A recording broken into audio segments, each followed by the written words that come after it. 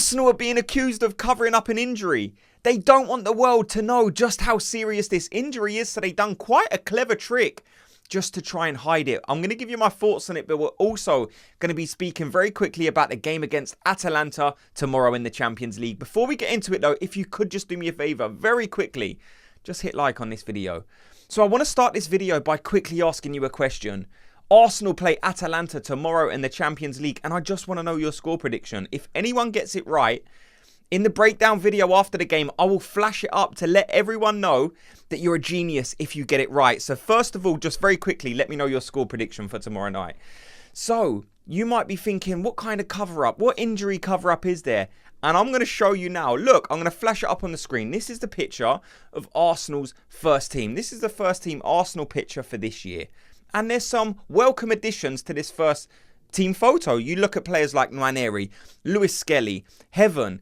And it's good that these players are seen now as Arsenal first team players. But if I zoom in, you might be able to see a very bit of trickery, maybe, by Arsenal.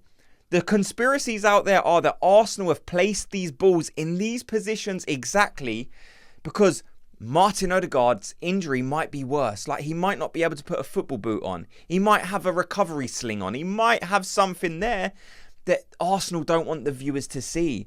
So I would ask you the question, is this just a coincidence? Honestly, is this a coincidence, or do you think there could be something to the story? The only thing that makes me think, oh, do you know what this could be, is like, Arsenal don't usually take these kinds of pictures with footballs. I think if you go back 3 or 4 years, there haven't been these pictures with the footballs front and centre. So I understand why the conspiracies are out there. The conspiracies I was reading this morning are Saka's got a bad injury and Odegaard's got a bad injury. That's why the balls are placed there for both of them. But you can kind of tell that one of them isn't true because Bukayo Saka was out on the training field today for Arsenal. So could it be that they just had to place 2 balls there, so they wanted to place it there on Saka and Odegaard? I just don't know what to make of it. I don't have the information. All this is speculation. And I have to say, I don't believe it. Right now, I don't believe it. I don't think Martin Odegaard's got a broken ankle or anything like that. It may be a coincidence. It may be mind games. But until we have information, I just can't tell you guys what it is. But it's fun to talk about it. So let me know your thoughts on it. Do you think Martin Odegaard's injury might be worse than what Arsenal are letting on? Or do you think this is just a coincidence? Let me know. So next, I want to talk about the players we did see in this Arsenal training session today. We saw Bukayo Saka, like I said, out there on the pitch, training. That is brilliant. I'm going to speak about the team that I would play for Atalanta in a minute, and we do still need to be careful with Bukayo Saka. But another player we saw out there was Calafiori. This is massive. This is huge because we do need to rest Jorginho and Timber in this upcoming match, in my opinion. But then again, that leaves you asking, do you throw Calafiori straight back in as soon as he's available? We're going to speak about it. Look. Do I start? But about them pictures, there was many players missing, by the way. There was, like I said, no Odegaard, no Zinchenko. He got injured while he was away with Ukraine. No Marino, no Tomiyasu, no Tierney. So there's still plenty of members of this Arsenal first team missing. So we need to be careful about what we do with this team because we may be slightly light. I don't think it's an injury crisis by any means. I think we still got enough good players to get through these next couple of fixtures. And that's why I want to talk about the team sheet for the game tomorrow against Atalanta. Like I said, let me know your score prediction, but who do I start? Look, I go David Raya in goal. There's probably an argument for Neto. You know, people might say, well, you've brought in a second choice keeper. What's the point in not playing him? But this is the Champions League. This isn't a Carabao Cup game. This isn't a game against Bolton where you probably look at that game and you say, right, you can play Neto in this game if possible. No, in this game, I play absolutely our best goalkeeper in David Raya. I don't change that. David Raya in goal. I still play Ben White, Saliba and Gabriel. I think later on, in some other Champions League ties, there might be an opportunity to rest Saliba and Gabriel. But first game in the Champions League, we know there's this new format. You need to get underway with a win, in my opinion. So I play our best starting back line. And at left back, this is where you can have the first conversation. Because Jorginho and Timber, in my opinion, does need to be rested. He just played on the weekend against Tottenham his first full 90 minutes for Arsenal since he's been here for over 1 year. We know he had an injury for most of last season. This is his first full 90 minutes for the club. So can you play him back-to-back straight away in the Atalanta game in a Champions League 3-4 days later? Not in my opinion. So you either go with Calafiori, or another option you do have is possibly Kiwior. Like, Kiwior fell out of favour recently, but he was good for parts of last season. So that just goes to show that he is capable of putting on some good performances. So I wouldn't be mad if we played Kiwior or Gabriel, Calafiori in that position. This is probably a game that's perfect for Zinchenko, but unfortunately, again, Zinchenko got injured while he was away with Ukraine. And then we go into the midfield. And again, this is another position where you can have some discussion, where there will be some variation, some difference of opinion. Let me know your guys' midfield three. Who do you go for? The way I'm looking at it right now, it probably is. I would go Declan Rice as the holder, and then I'd go Jorginho, and I would go for ethen Nwaneri. I don't see why he wouldn't be capable of playing this game. I said it in yesterday's video. My opinion might change by the time I put this video out. And if people say to me, Jedd, has your opinion changed? I say no. ethen Nwaneri is absolutely ready for this opportunity, and I would play him tomorrow. And then my front three, I would rest Saka 100%. You have to rest Saka. Yes, he was out there training today. Yes, he might be at a level where he's capable of playing.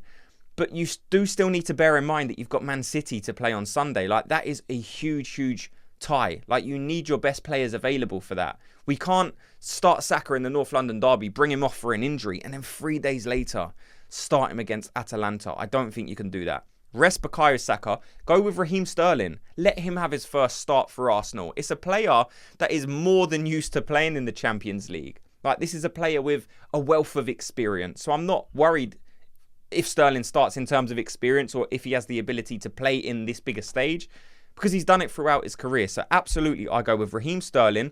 I probably go with Trossard up front, and I go Martinelli on the left wing.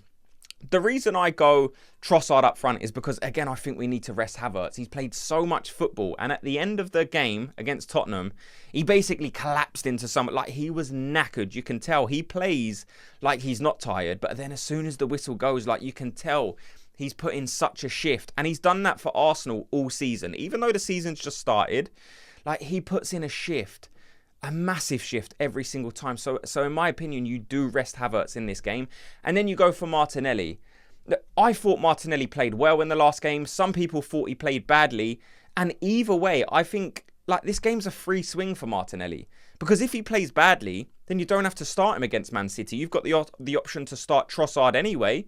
And if he does play well, then he's going to be raring to go. He's going to be ready for the opportunity to start against Man City. So that's why, in my opinion, you do start Gabriel Martinelli. He is a bit stronger defensively than Trossard. So, like, he will have to track back at times.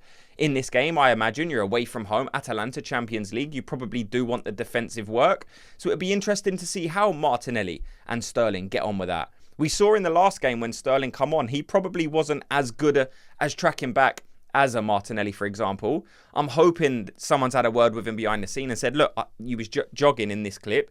You need to be busting a gut to get back. So for me, I would be interested to see how Martinelli, Sterling and Trossard work together. You're still going to have substitutions. Some people might play Gabriel Jesus, and I understand that. It could well be Martinelli, Sterling and Gabriel Jesus. I wouldn't be opposed to that whatsoever.